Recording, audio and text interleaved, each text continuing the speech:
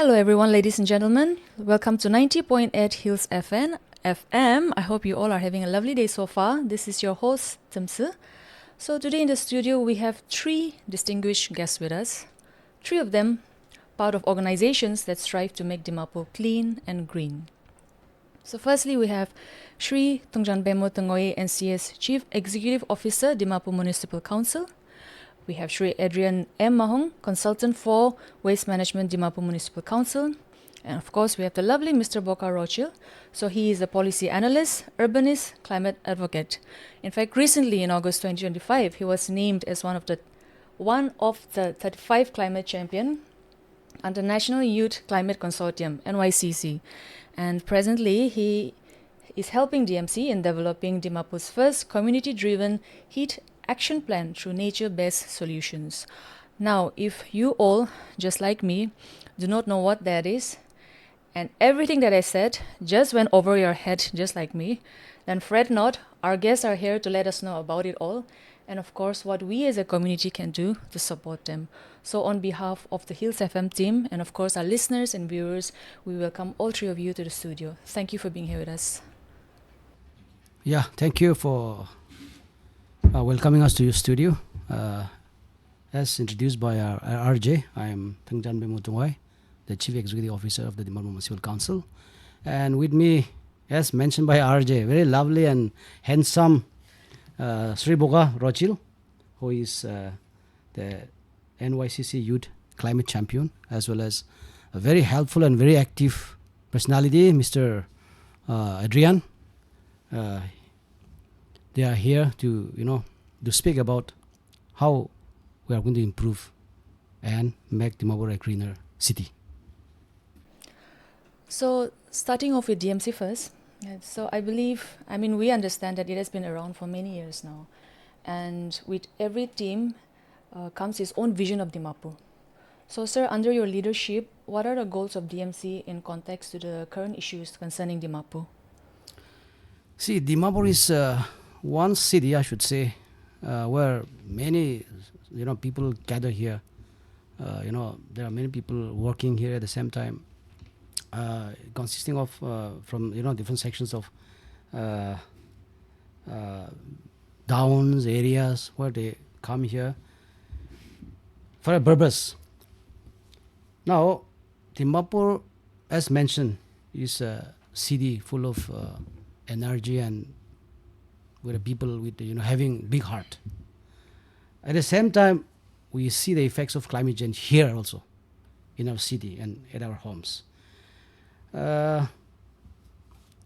See, we are sitting here in the studio with air conditioners, but if we go outside, we see the weather, how it is, hotter summers.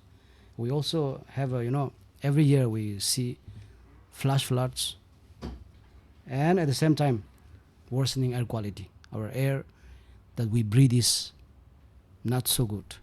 We are breathing really polluted air. So as urban local party, we are trying our best to improve in all areas, especially our focus is to improve air quality as well. So the important thing is we are not just sitting back. With the community leadership and partnerships like we have at Hills FM and other important stakeholders like NYCC and other important bodies, together we want to build a more resilient, greener Dimapur. So you have mentioned air quality control, right? So one of the reasons where there is poor quality in cities is, let's say, because of lack of trees. However, with growing urbanization, there is a need that we need to fell trees as well. So how do you strike the balance? Yes. See, Dimapur, of course we can see plenty of trees, but at the same time, the number of vehicles here in Dimapur, the emissions from the vehicles, as well as today also we have discussed about this issue, the burning of waste from household, from public places and elsewhere. So that is why all these things are making our air not fit to breathe. So planting more trees is one option. At the same time, we need to turn those spaces wherever available into a green zone where we can, when our children can come out and play. At the same time, that way we can improve our the air quality also. So there are a lot of activities coming up. So in the process of our conversation, I will share some of those activities here. Can you highlight a little bit about the initiatives taken up by DMC towards those said goals? I believe you have brought in Mr. Boka Rochill as well, right, as part of NYCC champion. So can you elaborate a little bit on that? Yeah, let me let first Boka speak, and then later on I'll add the programs that we have in mind. Right. Thank you, Hills FM, for having us, and we're very grateful that a community radio like Hills FM exists, and I'm very happy to be here with our CEO, Sir Thungchanbemo, and Adrian, the DMC consultant. I'm Boka Rochill. I am currently in NYCC Climate Champion. It's a national pan-India youth consortium operationalized by the Bring Back Green Foundation, supported by UVA UNICEF India.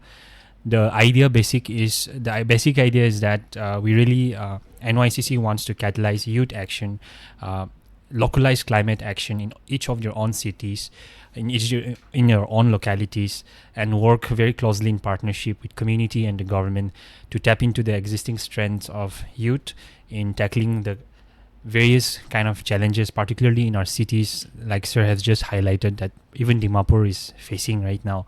And one of the across many cross-cutting issues, one of the key issues that Dimapur face is heat. It's a lived reality of all citizens of Dimapur. Dimapur has always been a hot city, but over the years, because of urbanization and, as Sir has also highlighted, many other activities, increasing the number of vehicles, it has been getting extremely hot. Last year, 2024, we have recorded the highest temperature increase across the globe also, and Dimapur was also one of the experienced it very harshly. In fact, we, as part of this project, we are creating a heat action plan, initial blueprint to enable Dimapur to have some strategy towards tackling this extreme heat. And in that, we are also trying to do heat vulnerability mapping. What heat vulnerability mapping is basically, heat affects everyone. It does not discriminate against your age, your gender, but also the most vulnerable, like our women street vendors, our mothers who are vending, and our school children. Many news, anyone who reads the news have also seen how parents are really concerned about the heat for the kids, even asking for extension for the summer holidays. It's a lived reality, but together with leadership like Sir here, and also proactive partnership with supporting the municipality like Adrian, and collectively we all really want to have a more evidence-based systemic approach to how do we tackle, both in terms of working together as a community and as a city, but also having a more technical approach to tackling this multifaceted issue of air pollution, urban heat island effect, and also the urban flooding that we're facing. And we would love to speak further on the kind of interventions we're envisioning and the slew of activities that we have with the municipality, DMC has. Yeah. Let me highlight some of the challenges that we face. See, when we talk about heat, extreme heat, this year temperatures touched 39 degrees Celsius by day and 32 degrees Celsius at night. Our health department has warned of heat stroke risk, nausea, cramps, and even severe illness. People like those, especially the street vendors, the low income, as goods are being spoiled, schools delayed, as mentioned by Boka, delayed reopening, and parents are calling for measures like relaxed uniforms and water stations. Besides that, we have the urban flooding, as mentioned earlier. Every year, downpour now means waterlogged roads, power cuts, and even evacuations. We have seen lives and livelihoods disrupted, and this is happening more often. Another challenge that we have is air pollution. Dimapur has been marked as a non-attainment city by the NCAP, National Clean Air Program. that is under National Clean Air Program since 2019. BM10 levels at Tobinala and Burma came, specifically to mention these two areas, are over twice the safe limit. Pollution here mainly comes from vehicles, open waste burning, and road dust. This is not just about smoke, it's about asthma, heart disease, and the health of our most vulnerable people. So together, cut across health, education, and livelihood is one urban reality we must face together. Yeah. So can you tell us about some initiatives that are taken up by DMC and towards your set goals? Yes. So many activities we have taken up, and at the same time we are going to have so many programs. Specifically, I want to mention about working together.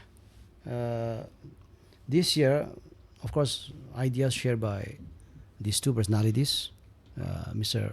Adrian and Mr. Boka. We have come up with one idea that is, we believe solution needs everyone at the table, across the table. So departments, including all 9 departments, experts and communities. That's why we are building convergence with all departments, including health departments, education department, forest, including pollution control board, development authority in Nagaland, district disaster management, and citizens all working hand in hand. We are also aligning with the national priorities, that is NCAP for clean air, and My Bharat, especially for youth participation. And here Boka is our NYCC climate champion, brings technical know-how in urban resilience and nature-based solutions. So some of the activities which I would like to highlight, I want to ask Adrian to kindly highlight some of the activities that are coming up. All right. Supplementing to what Sir Thungcha has just said, I just would like to add that we've also included active NGOs to join this convergence with us. NGOs like Team Better Dimapur, like Earth Alliance, Pro Rural, and Can Youth. We have invited them. We've had the first round of talks with them. They seemed enthusiastic with this particular idea. So as mentioned earlier, the activities under the My Bharat program are starting on the 11th, which is the after tomorrow. We are having a Clean Air for Bluer Skies program with the Nagaland Pollution Control Board in collaboration with some 10 schools have been shortlisted so far. On the 12th, we have the first of its kind hackathon for college students. It will be a 4-hour session of pure discussion and coming to a concrete idea, resolution on what every college can do. And the district administration has been kind enough to also donate some seed money if any college proposes any technological or program innovations. So this has been offered by the district administration. So as Sir Thungcha was saying earlier, I just would like to name the departments since Sir has mentioned once again, but Pollution Control Board will be solely like our resource personnel when it comes to programs on air pollution or clean air programs. Okay, our working collaborative partners will be the NGOs that I had mentioned earlier. So 11th is with the schools, 12th is with the colleges, and on 14th and 15th we have a road show, which includes that our particular vehicles will be going to some schools. They would be given banners measuring 5 feet by 5 feet, and they would make posters, and this poster will be used for the run-up in the culmination of the marathon. Now, since nobody has mentioned marathon as yet, so we have a mega event, a marathon on the 27th of September, which is open to all students and all citizens of Dimapur. Okay, prize money will be discussed later on and will be made known on this very channel itself. So just giving you all a heads up that whole of Dimapur, on the 27th we are going to have the Run for Green Dimapur Marathon. So if our listeners and viewers were to keep updating about what's going to happen, so I guess there must be a social media account of DMC that I can follow. Is there any? Yes, we do have. Subsequently, we'll give it to you. We'll come to you again, or maybe we can send the information to you so that you can also help us in disseminating those informations. At the same time, we'll be making use of our we have accounts Insta also we have, so we have a team, so they will take care of that for publicity. Yeah. And of course, listeners, keep tuning into 90.8 Hills FM if you want to keep knowing about all the wonderful things that DMC are planning to do, already doing, and they're planning to do as well. So, Mr. Boka, when you were discussing, you had mentioned something called the heat action plan, is it? So when I was going through the heat action plan, I came across a statement. Heat action plan is something that we use nature-based solution targeting vulnerable populations, right? So can you please elaborate a little bit on that? Right. I'll wear my nerdy hat. So, heat action plan essentially is particularly it's like in simple words, it's a more methodological plan that a city has. Particularly, extreme heat is a challenge, not in many major city, big and small. Dimapur being one of the biggest city and also the commercial hub here in Nagaland. Anyone who has lived and visited Dimapur, you just know how heat is a lived reality of the citizens of Dimapur. So, along with the municipality, I want to take this opportunity through the NYCC platform to create a kind of a blueprint that we are coming up with a more technical things in the paper that we are working on, which is called the land surface temperature map, which traces the increase in heat over a decadal year in Dimapur, as well as heat vulnerability mapping, in the sense, like I said earlier, heat again affects everyone, but also it affects certain folks more, certain stakeholders more in the city, like our mothers who are mostly vending, you can see in supermarket.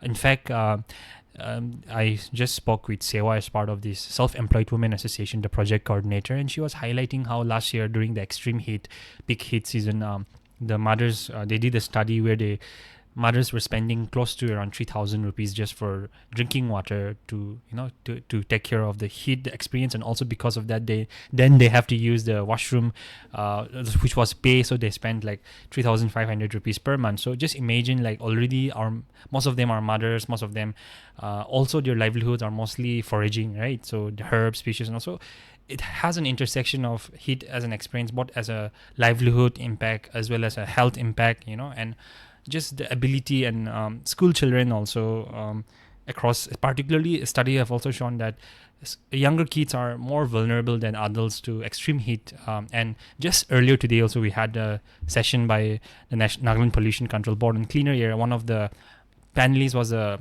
young student. She was attributing how heat and air pollution were all contributing to a lot of nausea, headaches, and asthma, all those kind of issues. Is a really lived reality. So the heat action plan will set a baseline for the city, hopefully to have a more methodological approach in tackling and bringing a more targeted approach in tackling the extremities of heat. Along with that, we are thinking of the Greening Dimapur project, which will be anchored in the Dimapur Municipal Council, which, when we talk about nature-based solutions, is basically trying to use nature as a vehicle for tackling the extremities that we are facing, but along with the kind of grey infrastructure, what we call the kind of technical hard infrastructure that we need. So we want to create a baseline along with the municipality, and this will be under Sir's leadership, would be one of the first Dimapur to have a heat action plan actually. And also the Greening Dimapur project will be a live project that will keep, the idea is to increase the green cover in the city by at least 30-40% by 2030, 2035, so that it will benefit cross convergence with all the other activities from the NCAP, that the municipality is all doing now, but to have a more methodological approach to all of that. Yeah. So the greening project, elaborating further on the greening project, I believe you're working in tandem with the DMC. So how do you choose the location for those pocket forests and shaded corridors? Yeah, so again, it falls under the ambit of the heat action plan, and what we are going to do initially is when we talk about pocket forests and urban forest, essentially in all big cities and all cities that we have seen where they have done this, as we all know, in urban area, space is a big constraint, and you cannot just find big space to plant or have trees. But it's also very much possible, even in a very small area, if you know what kind of native species are there, what are the kind of trees you need to be planting, not just random trees, but what are native to Dimapur, what could provide, what are the shaded kind of trees. So in the heat action plan, what we are also trying to do is having like the kind of experts in that area, where we also have a team of environmental planners also. So we will create a small kind of template where the Greening Dimapur project will be an action project anchored in DMC, but also really bottom up from the community. It will be a bottom up approach where the community themselves will identify microsites. So it doesn't have to be a big space, but why even in a small patch of land, if you have greenery, it matters a lot. I'll just give an example. If anyone, I don't know, I stay in the heart of the city around, PW and all, but if you just go around Nagarjan or Telekhe or towards Chekhe or even Auyim, out Kashram, anywhere, one could just feel the difference in terms of temperature that you feel, right? So that is called the urban heat island effect. So within a core of a city, you feel quite hot because a lot of the concretization, no greenery, right? But in those areas, you can still feel a decrease in temperature, and that's the effect of what greening the city really has. And we're all doing it, but to have more stronger, more methodological approach, where again, with proactive leadership like Sir here, Sir Thungchanbemo, we are really hoping that we will establish one of the first heat action plan under Sir's leadership, as well as the Greening Dimapur project as an action project, to have a more methodological convergence point through DMC, with DMC under Sir's leadership. Let me add a little bit to that, to what Boka has said. Initially, we want to focus on the most vulnerable sections of people, like our indigenous women, street vendors, as mentioned earlier, children, the elderly, with evidence-based steps like shaded spaces, as mentioned by Boka, adjusted school timings, and better advisories. Of course, we are coming out with a climate conclave plan later this year. As introduced earlier, Mr. Adrian, he's also the consultant for waste management, DMC. Now, waste management is a huge problem in Dimapur, as is evident. So how is DMC working towards this?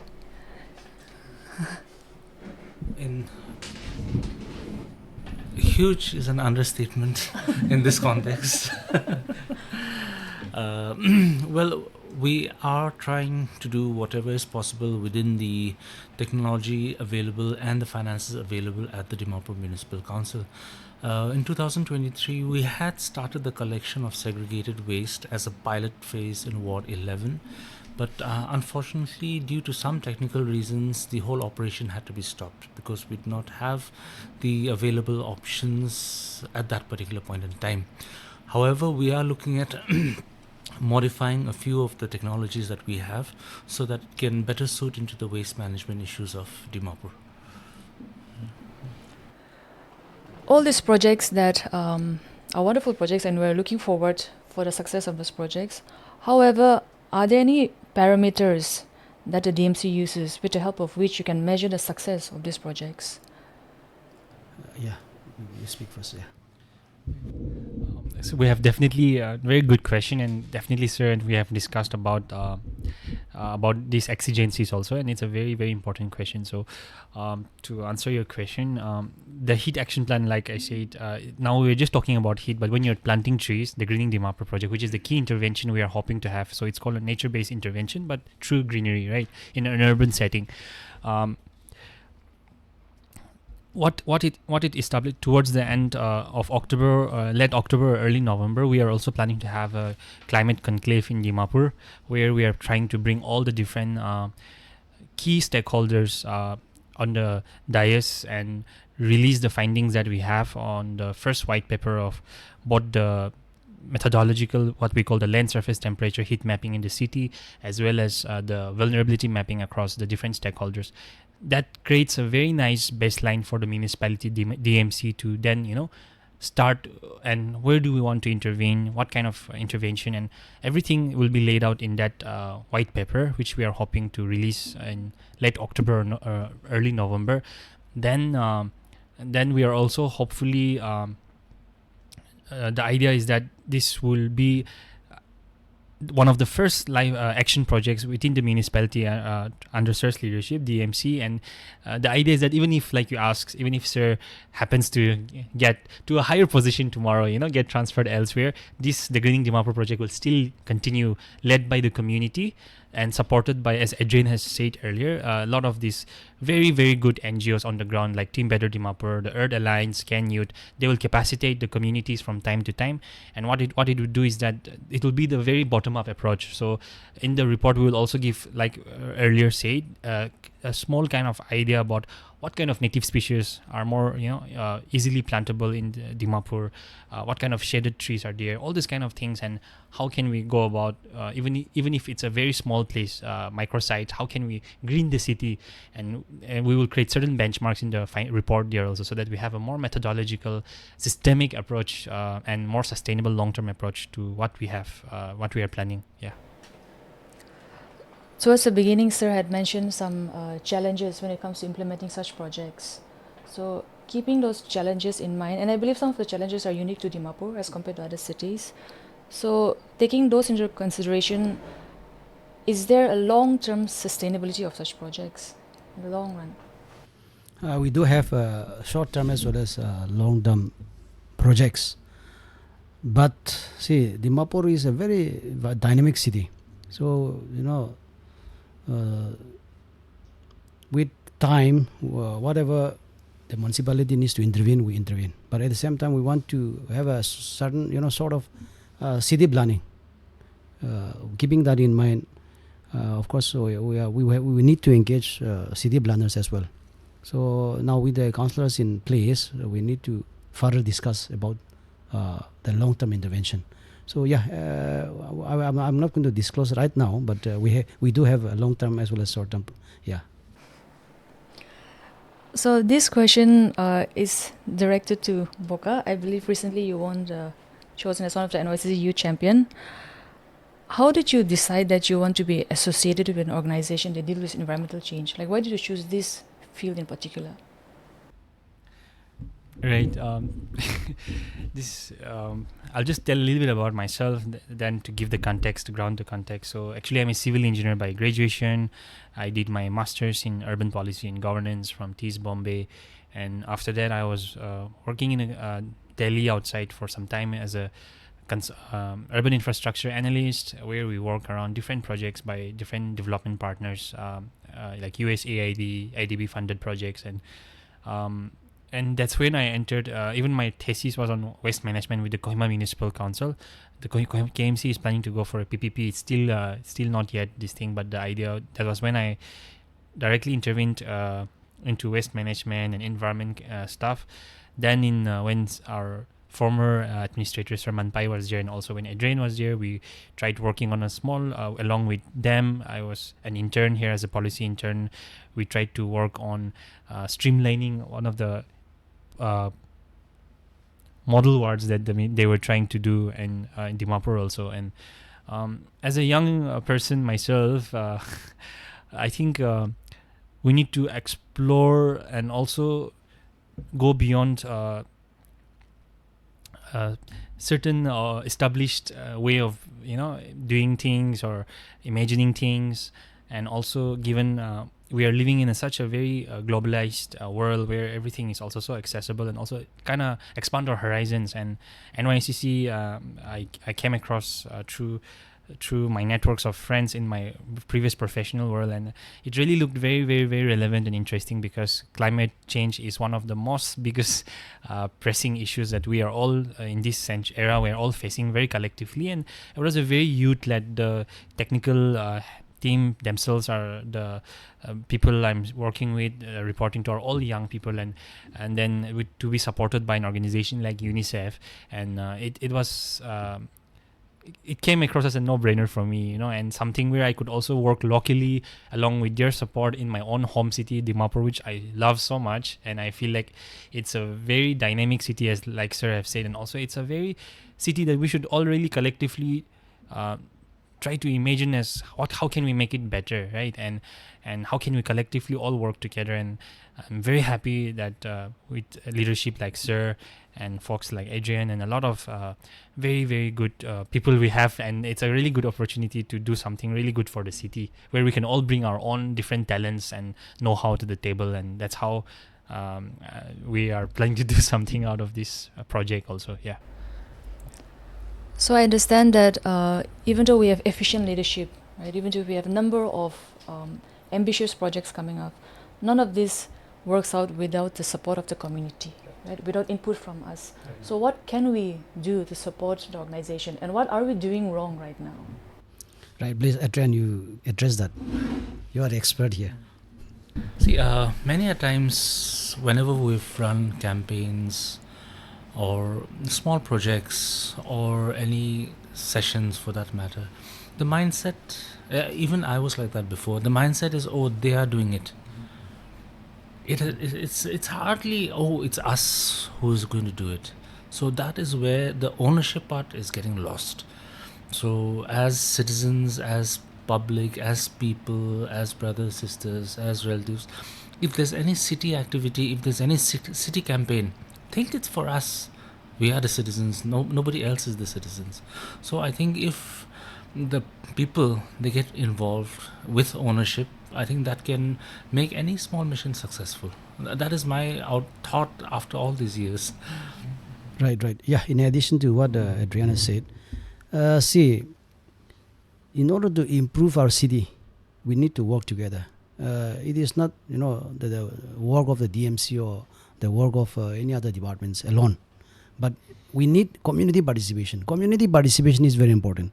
But like mentioned by Adrian, we don't own it. We need to own it. We need to, we need to be able to say that, oh, this is my job. This is not the job of anyone else, but this is my job. We need to have that kind of mindset in order to improve our city. Yeah. Can you also maybe stress a little bit on our lack of civic sense here? When we talk about lack of civic sense, it is not only in Dimapur, it is all over the state. I don't know why I'm so sorry to mention this, but we have that Naga thing still with us. So we need to do away with that Naga thing. Then only I think that sense, that civic sense should, be instilled in everyone's, mind. Then only I think, education is, knowledge is not enough. We need to have proper, education. In the sense, if you consider yourself to be educated, then civic sense should be a part of your lifestyle. So yeah, I think we need to inculcate this lifestyle to improve our city and home. It should start from home. Then only, yeah. So civic sense is something we need to discuss and we need to improve upon. Yeah. I just want to add. Civic sense, when we talk about civic sense, is directly proportional to ownership. Right. Because I think when we are at home in our rooms and our kitchens, it's not that we don't have a civic sense. We have the best logical and civic sense ever. But why is it that when we walk out of the house, which is not, I'm not the owner of the world, so I can do anything I want. Right. So I think That's it it. directly corresponds to ownership and the thought of ownership. So individually, what is your vision of Dimapur? How do you want to see Dimapur progress in the future? See, there's a lot of scope for improvement. So we need to work together and create a space together. Because Dimapur, I've mentioned even in the program also, the talk show which we had just today. See, Dimapur is not a bland city where automatically we can just improve. No, we need to work together. We need to create spaces. We need to create a separate, lane for people to jog at the same time, to cycle at the same time. Those small spaces, we need to convert those into small parks. So I really want to, have this in mind. So with the help of people like Boka and Adrian, I want to improve Dimapur in this line. Really, I want to create a space, green spaces. Yeah. How about Mr. Adrian and Mr. Boka? What are your vision for Dimapur? my vision is that one day I do not want anybody to contribute for Dimapur, to Dimapur, but I want people to live Dimapur. That every action of theirs should be like, okay, I am part of this, I should be doing this. So I want them to live Dimapur. That is it. As Sir and Adrian have also said, I think again for Nagaland, Dimapur is like, you know, the entry point to Nag for anyone, right? And it's again a very, very interesting city. We have so much potential to actually have a more livable city, right? A city that is for everyone, you know, that reflects, that's dignified for all stakeholders, be it our street vendors, a safe city for our children, and you know, a city where we can breathe clean air.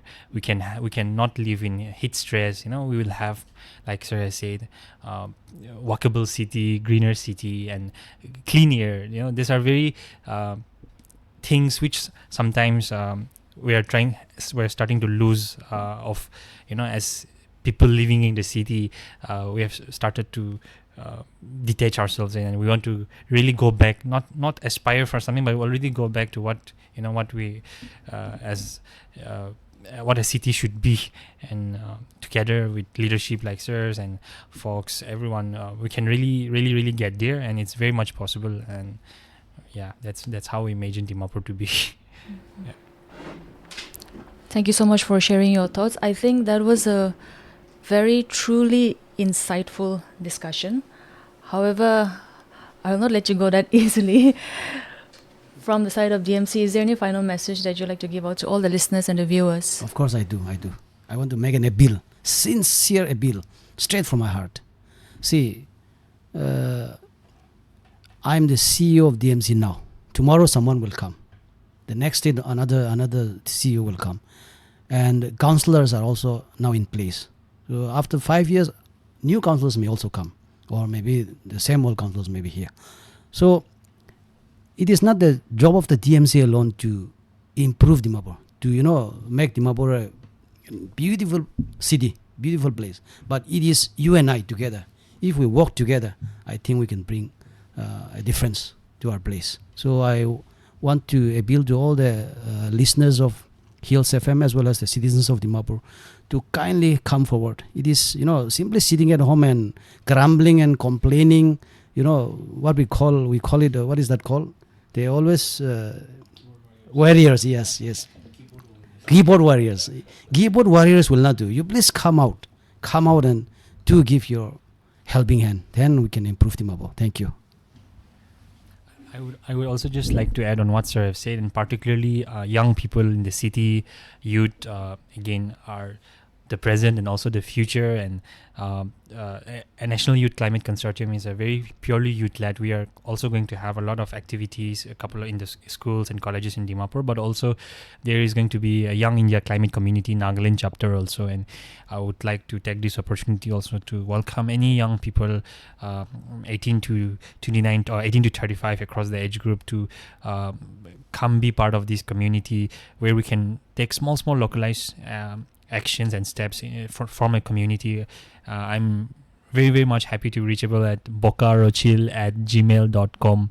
If you could just bokarochill@gmail.com. And Young India Climate Community Nagaland chapter is something which we are planning to have as one of the key it's not going to be anyone, it's going to be a community where young people can come together and really work towards climate action in the cross-cutting issues that we're all facing. Yeah. Thank you so much once again for the insightful discussion, for sharing your inputs. I hope that we as a community can also contribute something for all the ambitious projects that are coming up. So on behalf of all the listeners and viewers and Hills FM team, a huge thank you to all three of you. Thank you. Thank you so much for having us. So, my dear listeners, there you have it. I want to thank our guest today, Shri Thungchanbemo Tungoe. He is the CEO of Dimapur Municipal Council. I want to thank Mr. Adrian M.Mahung. He is the consultant for Waste Management DMC. And of course, Mr. Boka Rochill, who is a policy analyst, urbanist, climate advocate, and of course, one of the climate champion under NYCC. Now, dear listeners, to learn more about upcoming projects and how you can get involved, you may check out the Mapo Municipal Council page on Instagram, right? And on Facebook as well. And if you want to know more about the Young India Climate Chapter, please reach out to Boka Rochill at gmail.com, or I believe he has his own Instagram account as well, so please feel free to reach out. So my dear listeners, there you have it. Thank you for tuning in. Thank you for joining us. Keep listening to 90.8 Hills FM. You're listening to 90.8 Hills FM Radio. This is 90.8 Hills FM radio station, using our voice to rate your choice. Stay tuned.